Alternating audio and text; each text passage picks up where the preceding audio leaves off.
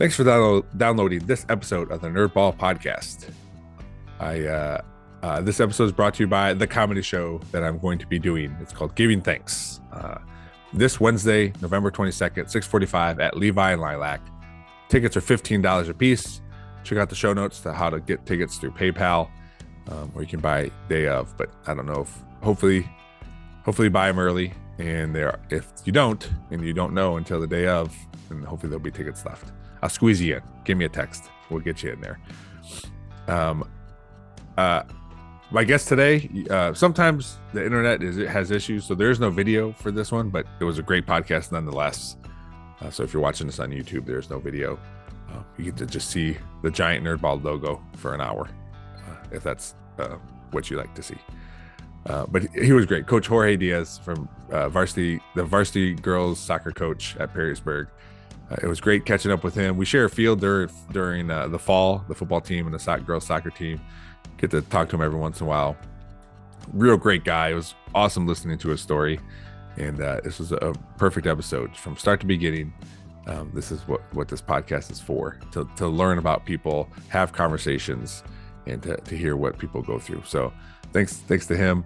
Thanks to all of you for always liking, sharing, reviewing, and subscribing to this podcast. Keep it going.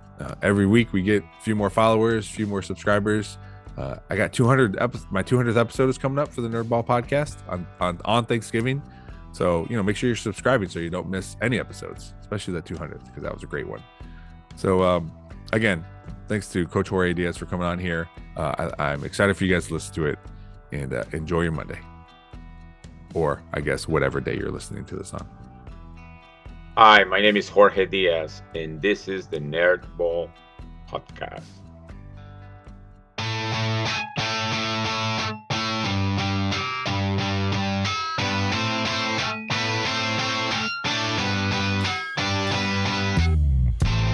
This is the Nerdball Podcast with Lorenzo Melcher. Awesome, Coach. Thanks for coming on my podcast this morning. My pleasure. We've seen each other pretty much every fall for the past, I don't know how many falls, but never really talked a lot. So I appreciate you coming on here. I look forward to this interview.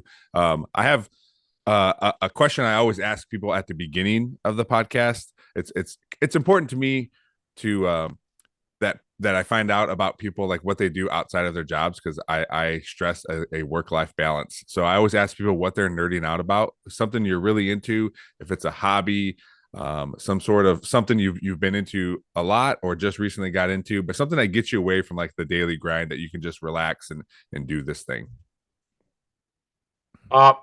There's two activities that for the last 15 years I play indoor soccer, and I play with a bunch of friends that are old, over 30 soccer, and just the camaraderie, and then just go after our games and go and watch some football or something. That always takes me away from the daily grind.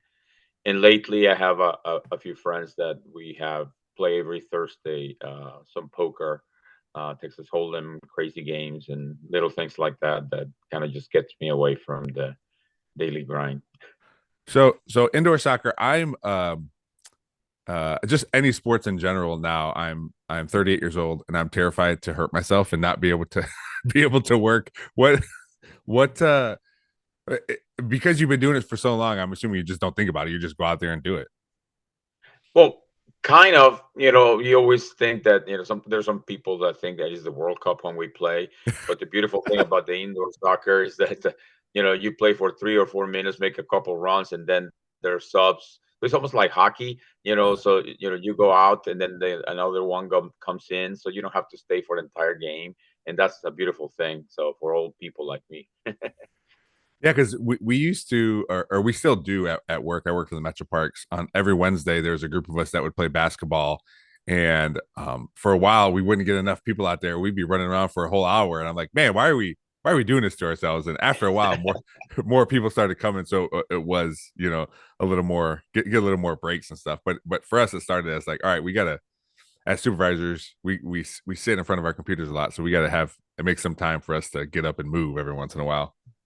Yeah. Lately, also with my family, my wife got into a group of ladies and people that play pickleball.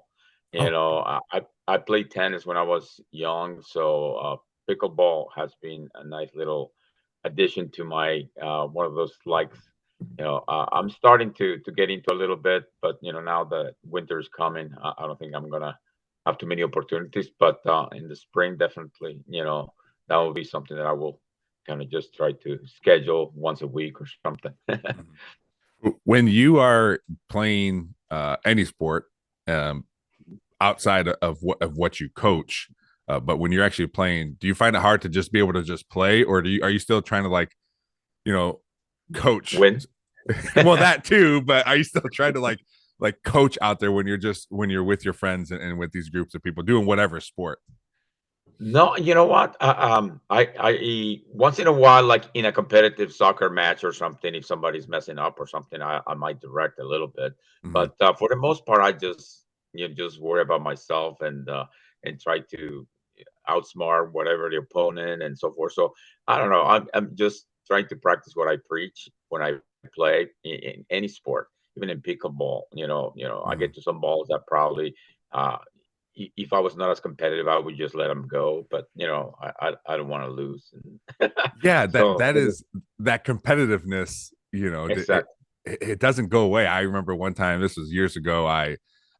My sister lives in Louisville, and we went down there. I was gonna watch my sisters. There's like this big festival or whatever, but there was a 5K, and my youngest sister signed up with my other sister, but she couldn't make it. So they're like, "Hey, you want to go?" I was like, "Yeah, I can. I mean, I can walk a 5K." Man, I was standing at that start line, and the national anthem played, and I ran the entire time. And the next day, I wasn't training for a 5K. I ran the entire time because I was so competitive. I just wanted to run and beat these people.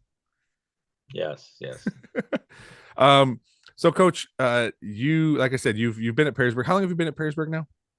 Coaching Since soccer? 2009. Okay. All right. Um, I mean, before, in the coach like Perrysburg High School, but here in Perrysburg as a resident since 1999. okay. All right. And where were you before that? Where'd you grow up? Well, I grew up in Mexico. My first, 19 years of my life was in between Mexico City and Querétaro. I always had the dream of coming to U.S. Um, and my dad's brother, he's a physician in Maryland. Okay. One day he invited me to spend Christmas at his house, and I liked it. And I told him that I was playing, sports in Mexico, and that my dream was to come at one time.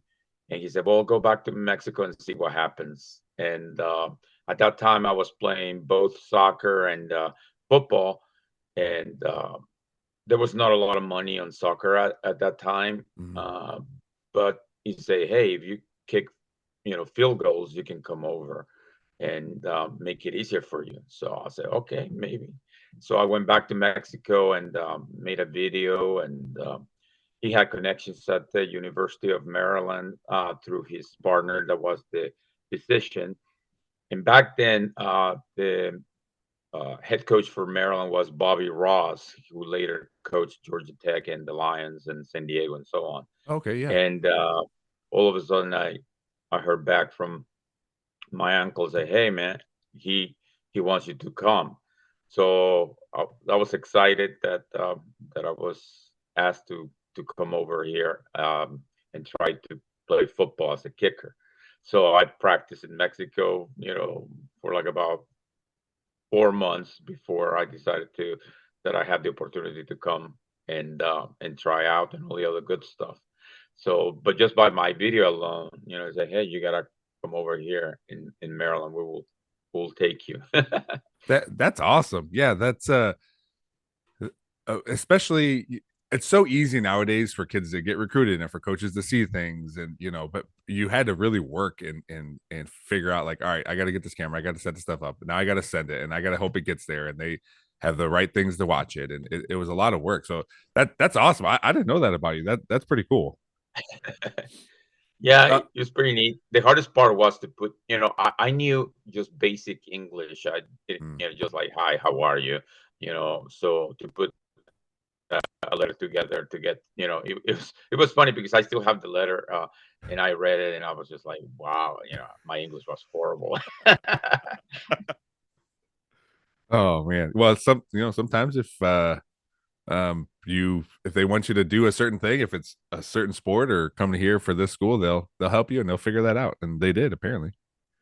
Yeah, that's kind of how it worked out.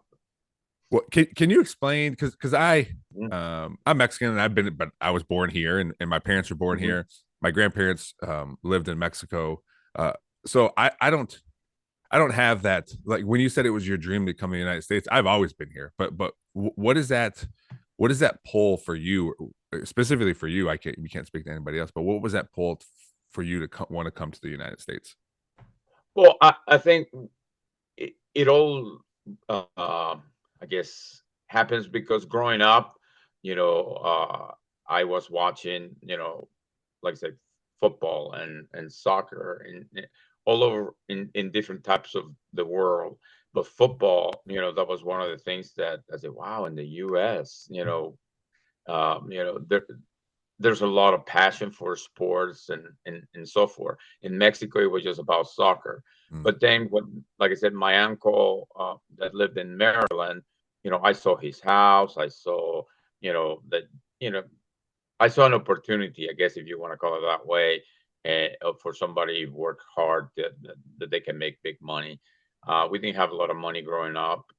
My dad was in sales, and so sometimes we had lots of money, sometimes we didn't. yeah. But but I said, but they always say, "Hey, man, if you work hard, you can achieve whatever you want."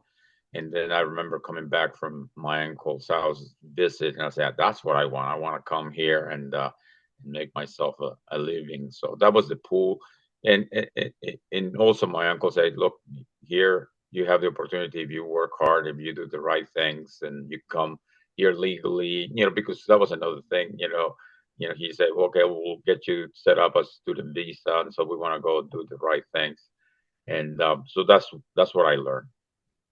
Yeah, because it's a big thing to leave. Did you come by yourself when you Oh came to? yeah, and, Yeah, and and it was hard because first the reason it took me also 4 months is just because I needed to create a little bit of income. My mom and dad, like I mentioned, didn't have a lot of money. I yeah. said, okay, Jorge, maybe you're gonna have to go on a bus, um, and but you gotta gather some money, just in the process, just to get yourself going. So I went from Mexico to Laredo, Texas, right in the border, on a kind of like a Greyhound type bus, and then from Laredo, Texas, all the way to Washington D.C. area. That's where my uncle used to live, like I said, in Maryland. Hmm. So I came on a Greyhound bus, Mm. and that was it. And I had a little bit of money just to kind of get me by for a few months. But my uncle talked to me. He said, "Hey, man, if you get the scholarship, I will. Don't worry about the money. You just do what you need to do. Your aunt and I will take care of you." And, and that's what happened. So they were very nice. So you drive up here, right up here on the Greyhound bus, and live with your aunt and uncle, and so you go to school at Maryland. Well, that was the original intent. So what happened when I was my first practice over there, University of Maryland, on the off season, just ready to register and all the other good stuff. We were doing some drills and I snapped my Achilles tendon. It Oh ruptured. no. So my uncle, being the doctor, like I said, he had friends, and I had to have surgery. So talking to the coaches, I said, well, there's a community college right there that you can rehab and do what you need to do. Like I said, I was not ready to go to Maryland, get a scholarship or anything like that. Hmm. They just decided that Montgomery College will be a good place for me to go. And it was very good. junior college in terms of football. They were in the NJAA and competing and all the other good stuff. So I was like, okay, at least it will be better for me since I don't know too much English to get in a smaller place and so forth. So that's what happened. So I rehabbed the whole time, but I was involved with their football team as just helper, whatever I needed to do to to get there. And at that time, um, my intention was to go back to Maryland. So I was like, okay, I'll rehab here, and then right there is only like about 25 minutes.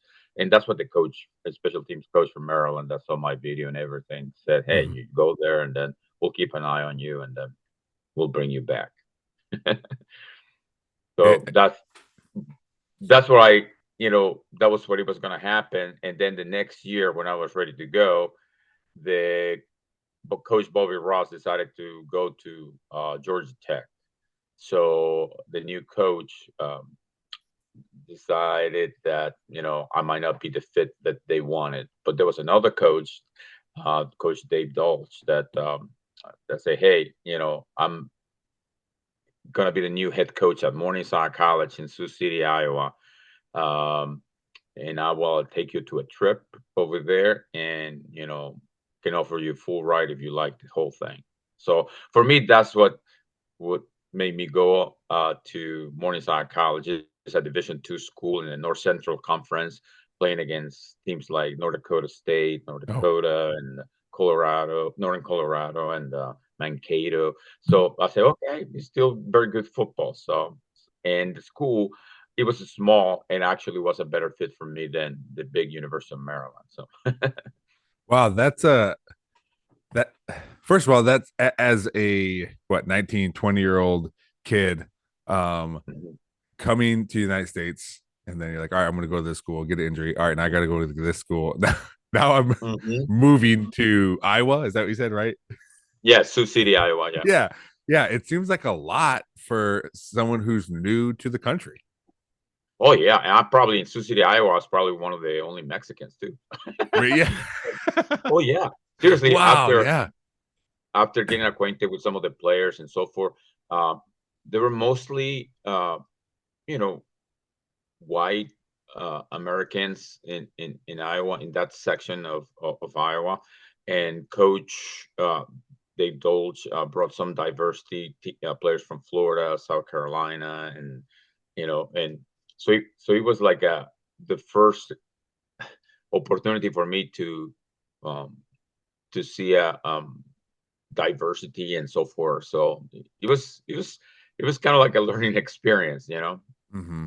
Yeah, I can't imagine, like, because I know now, like, I've never dealt with, like, terrible racism or anything like that, but there's something Hmm. inside me that whenever I go somewhere, I always, and my wife picked up on it too, she notices I do it, but I always, when I go somewhere new, I always look to see if there's someone that looks like me, like Yes. and you kind of just like look, and you don't even necessarily say something, you just, like, if you make eye contact with each other, it's almost like you know exactly what the other person's doing. um Uh-huh. but how was that experience, like, going there for you specifically, like, hey, I'm going to Mhm. this place, there isn't a lot of diversity, I am the diversity, like how was it? I'm sure there was maybe some bumps in the road along the way, but how was it for you? Just a little bit, especially language. I had to have uh, like a students help me out with uh, notes, when the teachers were speaking super fast in a biology class. And I used to have a friend that let me, just copy the notes. I got a tape recorder and things like that. So there were some good people that kind of just embraced that. Hey, maybe I'm going to help this guy out. And it took me like about several months for me to get English, for the most part. Like I said, I was building, sentences, and I didn't feel that I was college level until a few months. I remember vividly, I had a dream in English, and that's when I knew that I got this thing. Oh, wow. So, yeah, so that was like a neat thing, just the fact that I figured that I was getting there. But yes, like along the lines, some of my players, I have a good personality that even if I stopped caring whether they understood me or not. Like for example, the word volleyball instead of volleyball. Mm, Little. So in Mexico we don't have like a B and a V mhm. different sounds, and those little things kind of. I had to adapt and the way that I talk, and some people laugh or some people just understood. So anyway. Yeah. Yeah, that's I just remember as a little kid when I would talk to my grandma. Like she came over here when she was young. I think she was like in third grade, but she still had an accent. And just as a kid, you when your grandma can't pronounce a certain word, you find it fun because it's like, oh, this is my grandma. Like she's supposed to know all these things, and she doesn't know how to say whatever, pineapple or whatever it may be.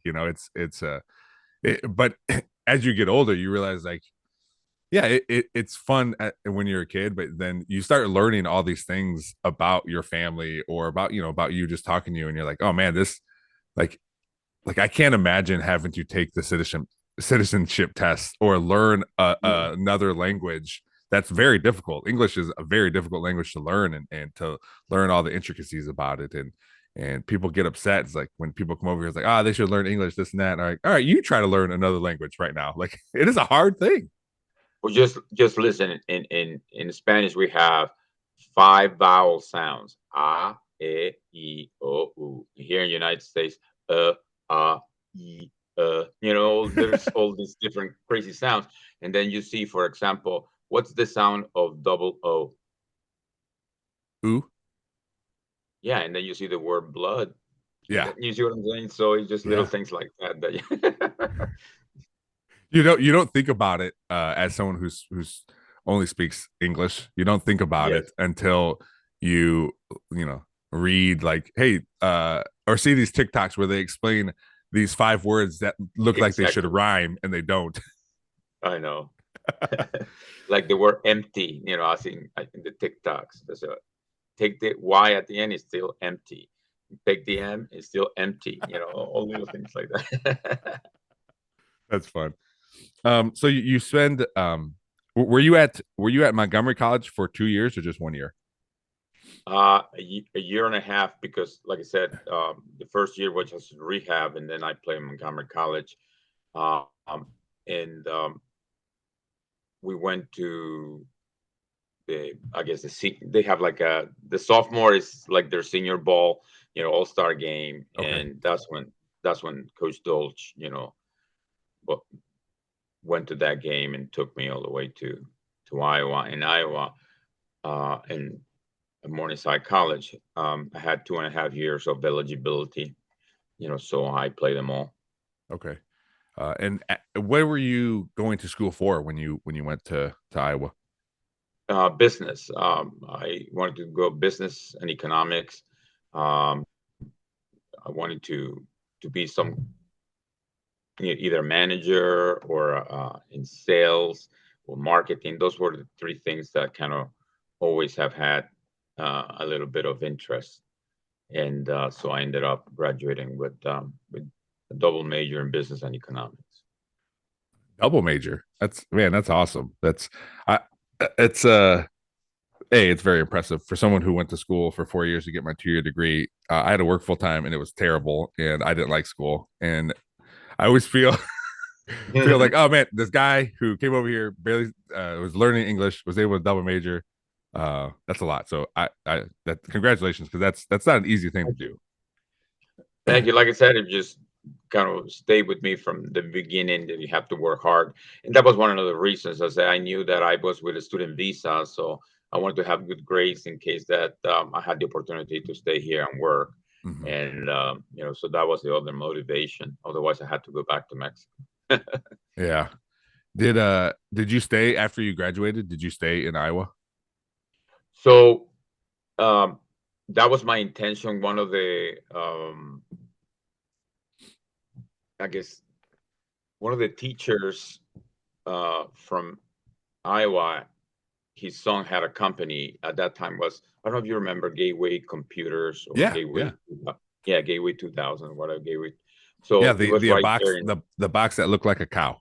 like a cow, exactly. Yeah. Yeah. So so they started the company, so there was an opportunity for me to work as an inside sales if I wanted to. And at that time, like I said, I was only student visa, and they were not going to be able to help me out unless I kind of just, I don't know, get a green card or whatever. Uh-huh. So my uncle in Maryland said, "Hey, just come back here. We'll figure it out. And if you need to go to, to get a green card, whatever, we'll help you." So that's kind of what I did. I went back to Maryland to get my life together. And at that time, I said, "Well, I need a job," So I applied to this company called Boat and Associates. It's The owner was Ukrainian, and he let me be in sales and said, "We'll figure it out." And I said, "What do you mean we'll figure it out?" "Well, we'll figure it out." So come to find out later on, after me being working there for like about 3 months, he's called me up and he said, "Hey, uh, I came from Ukraine and somebody helped me and I'm going to help you." So, he was the one that sponsored me, I guess, to Oh, be able to get an opportunity to get a work permit. And, so that was what I did. And I stayed working with that company for a while before changing industry. But, he was instrumental. And my uncle, because he also was my guardian. Like if something were to go wrong, he will be my financial benefactor or whatever. So God opened up opportunities for me to stay. So that's why my little American dream became a little bit more stronger. yeah, that and that always helps. I want to go back real quick. You talked about potentially working for the people who are Gateway Computers. Did you say Uh-huh. those are the people that started the Gateway? Oh yeah, yeah. They're right there from Morningside College. It all started in one of the business classes that they they decided to create this company concept of putting a computer all together. And Hmm. since they're in the middle of nowhere, to have a box in the cab. Yeah, it was close to Sioux Falls, South Dakota. So it's like right in the border, between Iowa and South Dakota. And they got a little grant from somebody, and they started. There's the brothers and a lot of people from like school. After graduation, they had openings for them. They're in sales or management or whatever. So Do you ever think about if you would have been able to work for them? at one point in time, yes, but at the same time, honestly, I love the opportunity that I got at Sioux City, Iowa, but that was not my style. Ah. I didn't want to be, like I said, there was not a lot of, if you want to call it diversity. It was not Hmm. something that I felt like that's home for me. In Maryland, I really, like the not only the diversity, but it was just kind of more. You had the ocean and Ocean City. You had the mountains close in West Virginia. You had the weather for the whole 4 seasons. So I kind of liked it a little bit more in Maryland. Yeah, that always, again, it makes you more comfortable. So if you are more comfortable somewhere, I feel like you're more able to thrive in that environment. Correct. Yeah. So when you return to Maryland and you said with this company, are you doing sales with this company? Oh yeah, I was Right. doing inside sales and then a little bit of outside sales, and um, kind of make my way to building up. They start to get the 401ks and so forth. Um, but at that time, I also met another friend who was in the pharmaceutical industry in sales and calling on doctors. And I always felt that I might want to go that route. However, I didn't feel very comfortable, knowledge in terms of science and, be selling medications and doctors that are way smarter than me and so forth.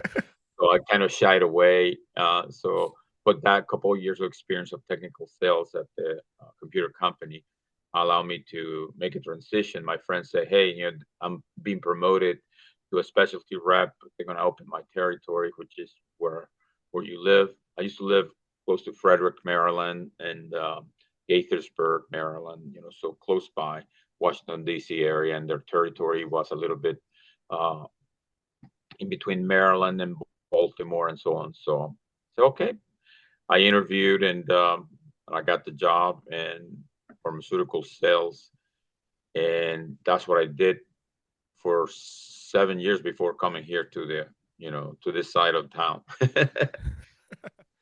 You talk about all these opportunities that you're able to get, and the I think people have to understand too. Yes, you were able to get these opportunities because of this person or that person, but also because of who you are. If you were a negative person, or if you didn't work hard, or if you treated people poorly, like those, regardless of who you knew, those opportunities wouldn't be available to you. Of course, I think any time in any level of thing, you might know somebody, and it's good to know somebody just to open the door. It's Mhm. up to you to go ahead and take advantage of the opportunity presented to you, and that's how I saw it. If this person took a chance on me, I'm not gonna disappoint them, and I've used that on, you know, for anything. Just to open doors for either friends or family or whatever. I say, hey, yeah, I know somebody that might be able to Mhm. use you, or hey, I know somebody that might give you a job, and so that's where I will put myself in that situation, and then it's up to you to make it count. So Yeah, that's working for the Metro Parks. I've had a couple of people come through where I've hired a couple. I used to coach junior high track, and I hired a girl that I coached in junior high, and then mhm. she ended up working for me while she was in high school still, and then went to college and ended up working at one of our Metro Parks. And those, it's the same thing. Like, yeah, I want to help you because I know you're going to do a good job, and you're going to benefit us as well. And that's, I try to teach the football players I coach, or even Mhm. younger kids when I would coach a junior high, like it's all you. Like you don't have to have the best personality, but you just got to be a good person, and you got to treat Yeah. people well, and just basic stuff. And you'll be surprised how far these basic things can take you. Oh yeah, and it's a great opportunity builder for them as well. When you Mhm. take a chance, and then they might fail or whatever it is, but at the same time, then me, I normally try to say, hey, if I kind of trust you, that's when I put my neck for you. But Yeah. if I don't, then I might just say, okay, yeah. If I hear something, I'll let you know. Yeah. Yep, I said that before too. Exactly. So after doing medical sales for a while, you said you moved up to Perrysburg. What brought you up here Medical sales, yeah, my again? company, Oh, and okay. my wife. My wife, we met in Maryland, but her family was from Ohio, and at that time, I was being asked to move to headquarters of the company was AstraZeneca, back in the days, um, and I really didn't like the corporate headquarter environment. I like to be more in the sales side, so they had opportunities in Dayton, Pittsburgh, and Toledo.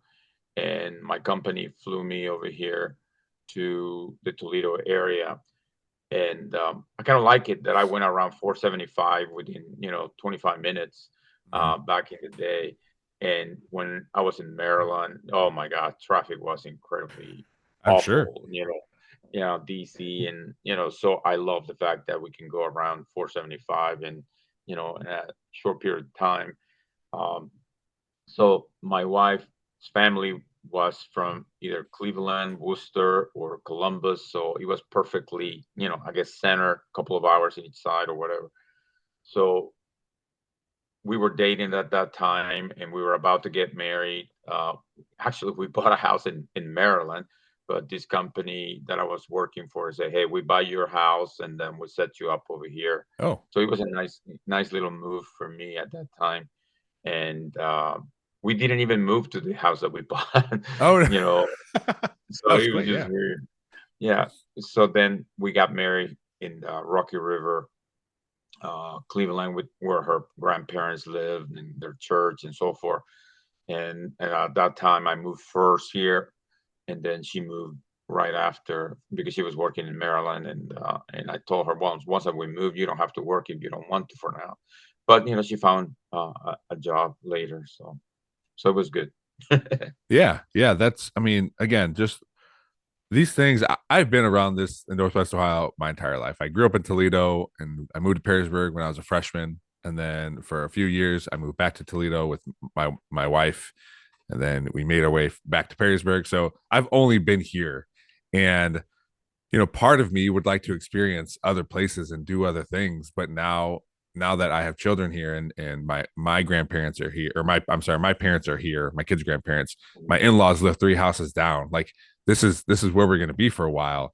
And just to hear you like say, I moved to this place and then moved to this place, and it seems like a lot, and it's terrifying to me because I don't like moving jobs, because Yeah. like it's all new and you're just moving to states. Well, I think that big move was, I guess, because my wife was from the Ohio area, so I just felt that we needed to be close to family in case that we'd start having family, blah blah. So I can empathize tremendously with you right now. Like about, I don't know, 8 or 9 years ago, I had an opportunity after leaving the pharmaceutical industry to go somewhere else. But my kids, I live across from Fort Meigs, so they walk to Mhm. school. We have a park, we have soccer. You know, we have it all together here across from my house. We got here, like I said, in 1999, and we said, "Oh, this is going to be our 5-year house, and then we'll decide to do something else." And we've been here ever since. We love this house. We love this location. It might be a little old house, but it is a house that has lots of memories here, with the kids. So yes, I can understand why you would say, your family's here, why you want to relocate them, if Mhm. they're setting, ground. So Yeah, and I I was talking to somebody yesterday. I was like, I kind of hope at some point, we have two kids. At some point, one of them moves somewhere, so we have there we you have some go. like, hey, let's go there. Yeah, and that might happen. Yeah, my daughter Elizabeth, she's at Bowling Green right now, and she's a junior there. I think her next year she's considering going to Texas for I guess like an in-service, or I don't know what do you want to call it, but it's a whole semester thing. So you never know where she's going to end up. So Mhm. Yeah, yeah. Um, so how long? A couple questions. So, well, I guess it was 10 years. You started coaching at 2009. Before uh-huh. before you were at the high school, were you? I'm assuming you were involved in coaching. Your kids, or just small No, little so kids. so when I got here was back in 2004. I was invited to coach one of my friends, Nick Camp, some of his daughters, right here across the street in Perrysburg Soccer Club. Okay. So they were like 12, 13 at that time, and then Jude Perino was the coach at Perrysburg High School girls, and she was also involved with the club. And she said, "Hey, you want to become a full time coach? We need people that know the sport." And I said, "Well, just let me start with the little ones so that I can teach them, the basics." So they gave me a U8 team, of girls. So I coached for a couple years at the club, and then my friend, I started making friends through soccer. I played with the older guys. He was going to become the director of pace setter, and he was coaching in Ottawa Hills. And he said, "Hey, Jorge, come help me out." And we both be co-head coaches, and you help me out when I have to be doing other stuff, and I can help you out. At that time, I was still in pharmaceutical sales, so my Mm. schedule was a little bit flexible to do that. So I coach Ottawa Hills. That was my first high school experience. I told him, I say, I never coached high school. I just coach club. He said, "Don't worry about, a lot about soccer, so come over here and help me out." So we were, both in 2007, 2008. I coached with them. In 2008, we were fortunate enough to go state. We had a great group of kids. We won state at the Division 3 level, Wow. and everything was setting up for me to kind of just stay in Ottawa Hills. But my wife, our kids were very little, and say, "Hey, I need you around here." and Yeah. and and wife always rules. And at that time, I think Coach Murphy, I saw an ad that they were looking for an assistant coach at the um, Perrysburg High School girls, and I knew the whole group of girls coming in from the club. So I asked. Ray Pullman was Hmm. the athletic director, and he said, "Hey, yeah, come over and help him out."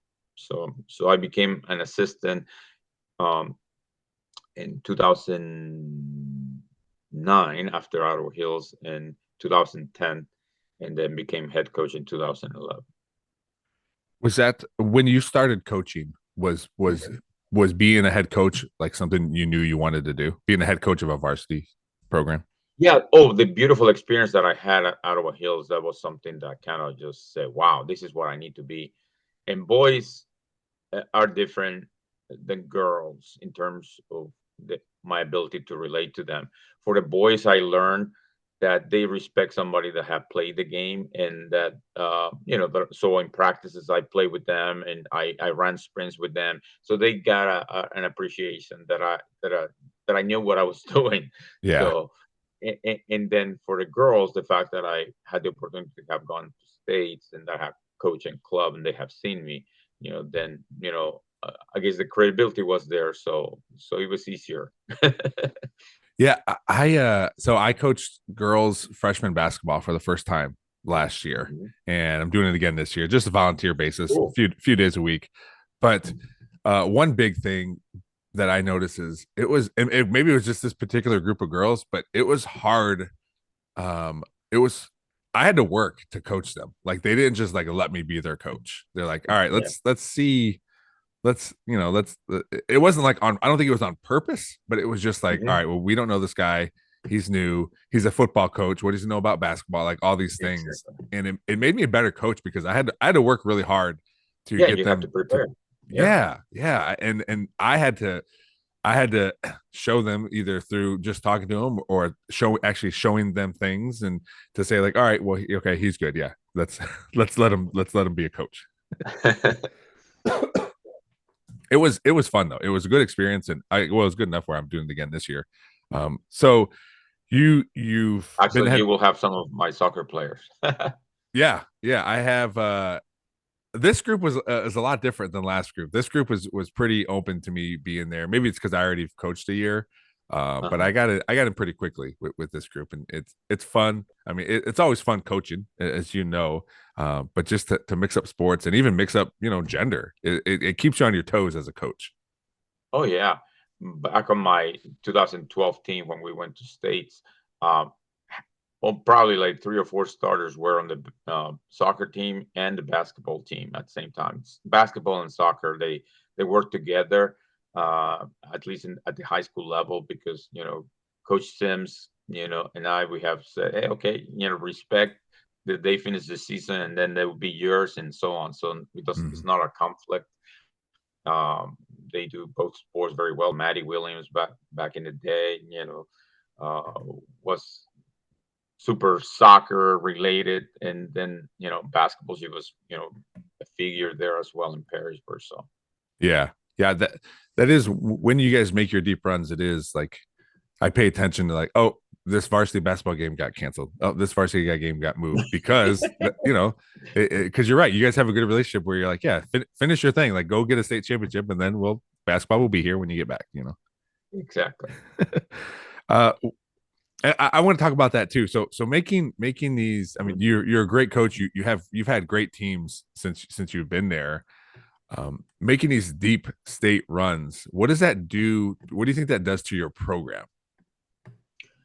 Well, it's a good thing, and it's also a bad thing. The very good thing is that you're always going to attract the players that are living in this community to stay in the community, as opposed to going to St. Ursula or Notre Dame or so on. Mm-hmm. And so that in itself, I don't have to be recruiting the kids or keeping them to stay. I think that if they want to play here, hopefully they know that the tradition that we have established is good enough for them to them to consider us.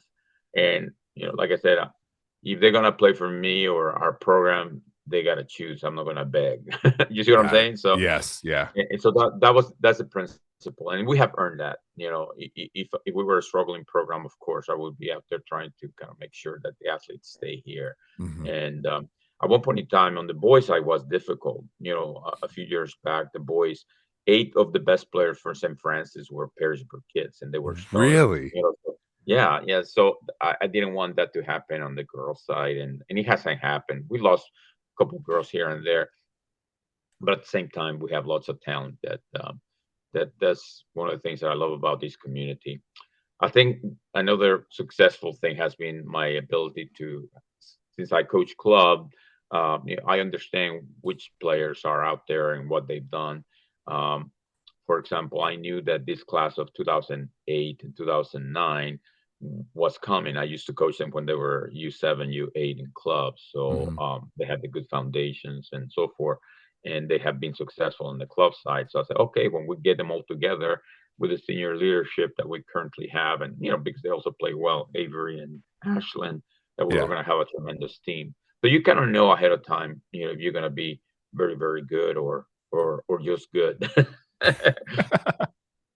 Yeah, yeah. We as football coaches, we pay attention to Sure. that too. Like, all right, well, this class has a bunch of athletes, and then right behind it, they don't have athletes, or they have a lot of good offensive linemen. So, as you're thinking for the future, you're trying to piece it together, knowing that it may not work depending on how they do at the varsity level, but you have some sort of baseline set going into it.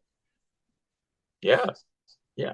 And I Yeah. think one of the things that we earned over the years is like, I work very well with you guys, the football, Hmm. but hey, you need 20 yards, I need 30 yards or whatever. In other school, football gets to share stuff with girls soccer. You see what I'm saying? But I think we, Yes. we earn our keep because we have had a successful programming. We're willing also to work with other programs, and that has been a good thing to see at our level. So Yeah, I appreciate that too because I know like if we need an extra 5 yards, you'll give it to us, and if you need something, everyone has a relationship. We're like, hey, can we get a little bit more for the next 20 minutes or whatever, and I do appreciate that because mhm. going out there. And again, that's a testament to you and Coach Connor having a relationship where if you guys didn't like each other, then it would be terrible every day we'd go out there. It'd be awful, but knowing you guys have a good relationship and you guys are willing to work together and we are being able to share the field because you're right, where there probably isn't a lot of schools where football and girls soccer are on the field at the same time. Yeah. Yeah, so that's what I'm saying, But I think if we were a soccer program, I think that okay, you guys go over there to Green Go, Acres every day. go in the grass, go play. What are obviously the state championships are up there, are Mhm. top of the line because that's what you want. You want to be in the state championship or the Final Four and all that stuff, and that's what I remember too. Do you remember your something specific that played into winning a state championship? If it's at Perrysburg or if it's at Ottawa Hills, is there something specific, something you can point to that says this is a reason why we were able to win a state? Well, I think like I was telling you earlier, it's just I kind of knew that these players were coming together, and sometimes you know you have a tremendous star, only one player, and everything revolves around that player, and it it it even though for example, Maddie Williams was the best player coming out of Perrysburg, Mm-hmm. uh, and she, of course, helped us get there. But the way that she did it, unselfish, and she wanted to make her the team better. She was a great leader, and people respected her. She was always practicing uh, outside of practice times, running across the street, and doing the right things, getting up at 5:30, 6 o'clock, and being in the YMCA Yeah. running. So she did a lot of things that the kids noticed that he meant a lot for her, and as a result, they gathered around, and they don't want to be the person that is not gonna uh, allow her to get to her championship. So that's kind of how that team was in 2012. and then the kids that they were coming, I had three freshmen, I had four sophomores, and so we had younger players that I knew that if I put them in the right roles, I guess, they will complement Maddie, because the leadership, was there, and the good savvy was there. We had a tremendous core of people, through the middle. We had a great goalie. However, she was hurt, but I knew we had another two goalies. So we had a lot of depth in the key positions, and that enables us to get where we need to be. If you asked me that we were going to be undefeated, 2012, I would say no. I thought Mhm. that we were going to be a very good team, but we accomplished, tremendous record in there. We 24 games with zero losses. That's unbelievable, and we only allowed very few goals. So that it was a great group to coach, and like I said, I saw that coming. And you always need one or two, like say, great people. In the 2017 team that we went to states, Christina DeMarco and Eddie Graham, Mhm. on the front side, but we also had a great keeper with Lily.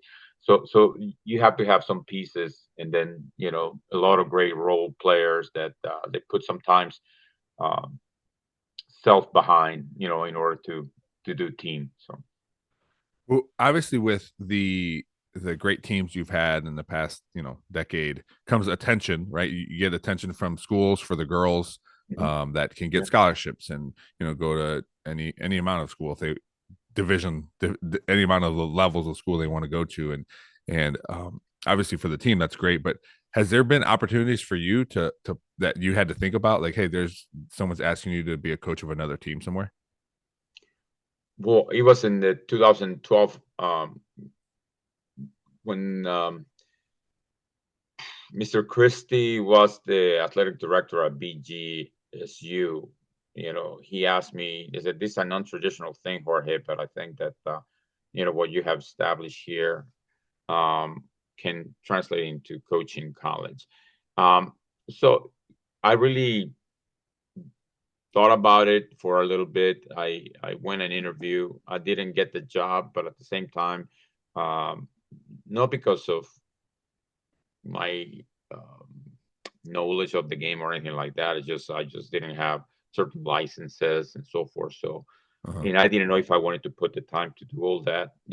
Licenses to be an A license. When I was only a D Got and it. or a national D.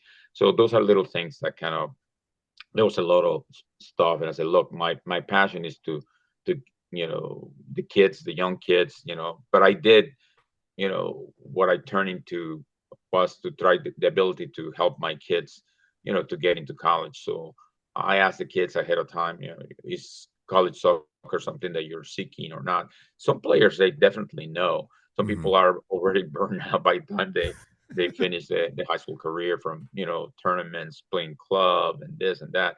And some people do have the passion, like Maddie and Jerry Shasinski, Lucy Walton. So they end up going to D1 type schools, so I'm able to help them out.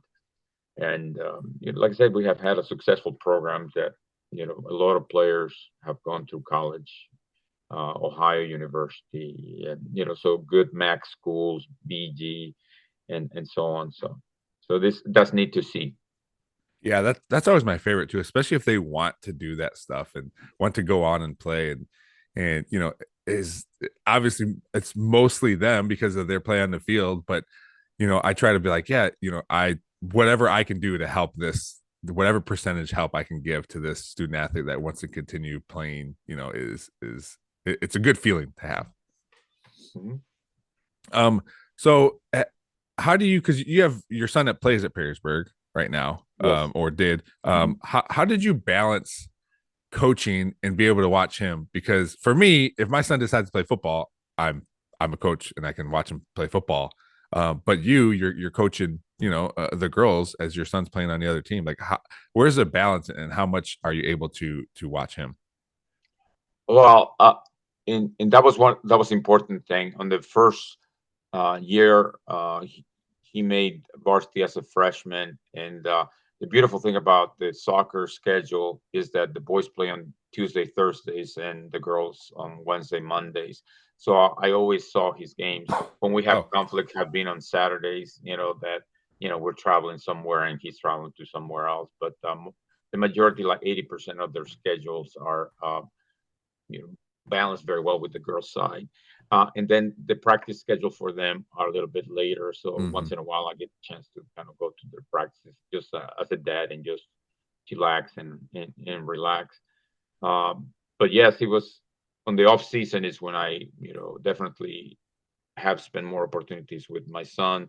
He plays for Paysetter Club, and they have a very big traveling schedule. We used to go to South Carolina, Arizona, and Wow. Indiana, and so forth. So yeah, so not only a little expensive, but at the same time, But he gave me good weekends with him. Sometimes it was Dad and Alex, and sometimes Jenny, my wife, my daughter, and going to see Alex. So we had some good family time. So I've grown to have good friends, parents, friends from Alex's team that we get together and so on. So that's a good thing too.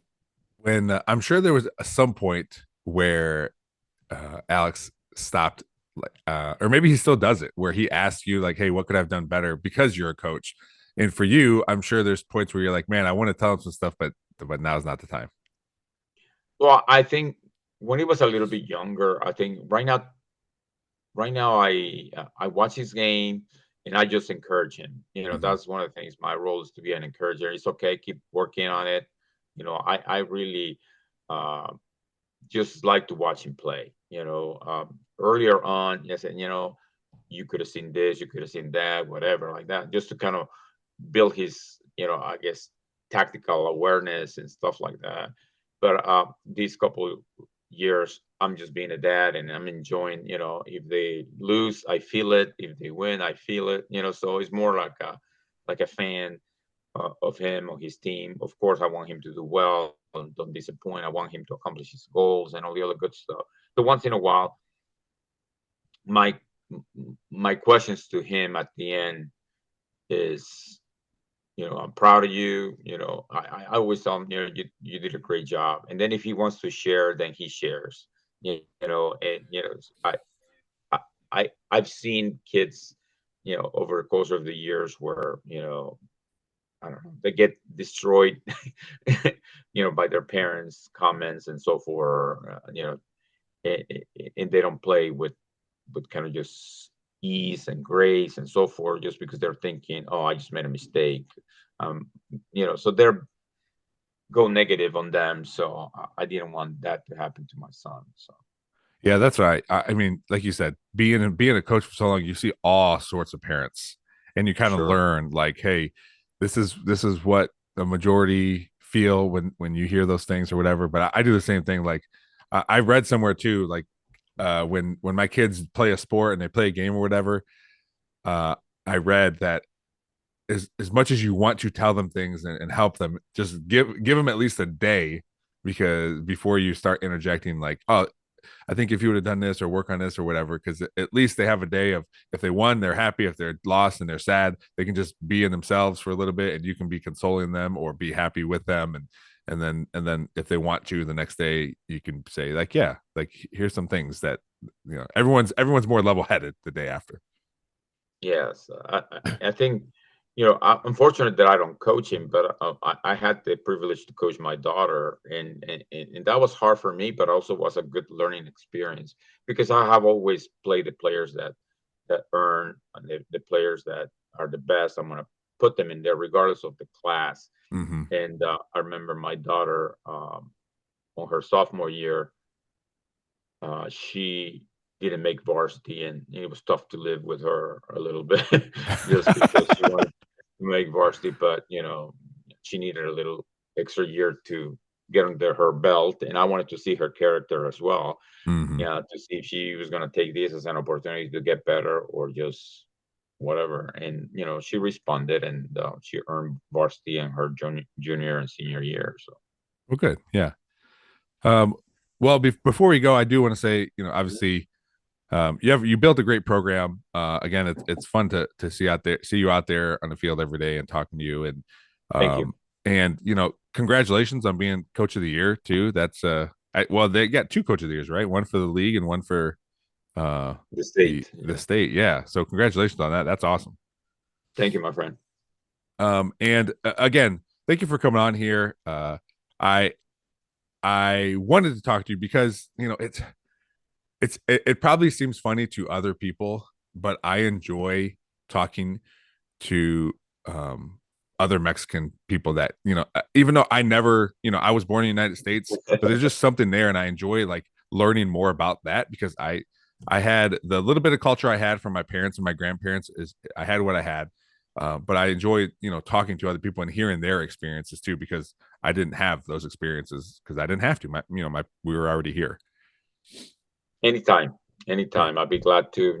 I was fortunate enough to half my life was in Mexico and half my life here. And I still go back to Mexico, and I still have my cravings. And little by little, for the last few years, availability of some of the spices and foods and stuff that I grew up are available here in the Toledo area. And markets and Marcos, they have a little bit of the candies and the tacos and all the other stuff. The food trucks that are out there, there's a lot of very closeness to what I grew up with. So it is pretty cool to see. Yeah, I work downtown, so I just went to San Marcos to eat lunch there the other day. But I always buy, when my grandma was alive, I'd buy her the breads and candies and stuff there because she likes it. And my mom likes those candied yams. So I always buy those too for my mom. So thanks again, Coach. I really appreciate you coming on here. I appreciate it. Thank you for having me, and a lot of success in your podcast. Thank you. Thanks again to Coach Jorge Diaz for coming on the podcast today. Afterward, he asked, I don't know if that was the direction you wanted to go to. That was the perfect Nerdball podcast. Start to beginning, told us his life story, and it was awesome. It's fantastic. And to hear what people have to go through to become citizens here in the United States, or just he moved here when he was 19 by himself. He moved in with his aunt and uncle. And just to learn how he got that, the pull to the United States, his different jobs, almost working for Gateway Computers, and then becoming a coach, winning a couple state titles, one in Ottawa Hills and Perrysburg. It was great hearing from him and hearing about his life story. And again, thanks to Coach Jorge Diaz for doing that. Thanks thanks to all of you for downloading, sharing, subscribing. Again, don't forget about the comedy show this Wednesday evening, 6:45 at Levi and Lilac. It's gonna be a great night. It'll be an early night. It's an early start to the popular bar night. So come start it with us, and then mosey on, and hopefully stay at Levi and Lilac, enjoy some bourbon, eat some burgers. They got some real good burgers there. So check that out. It's produced by the Nerdball Podcast and Real JP Multimedia. So thanks to them for doing that. Again, look in the show notes for ticket information. 200 is next, and I'm excited for the guest for that. So that will be out Thanksgiving morning. So what better way to celebrate Thanksgiving than downloading the 200th episode of the Nerdball Podcast? I look. It's so exciting, and the guests leading up to it and the guests after it are going to be great. And this is 200 is the next one, and thanks to all of you for providing those downloads to help me keep going. So that's it. Enjoy your Monday, and I look forward to seeing you at the comedy show. As always, thanks to Real JP Multimedia, Cuttlefish Graphics, Perrysburg Junior High STEM Lab, and Big Daddy Graphics for always helping out the podcast. Thanks for listening. We'll see you next time.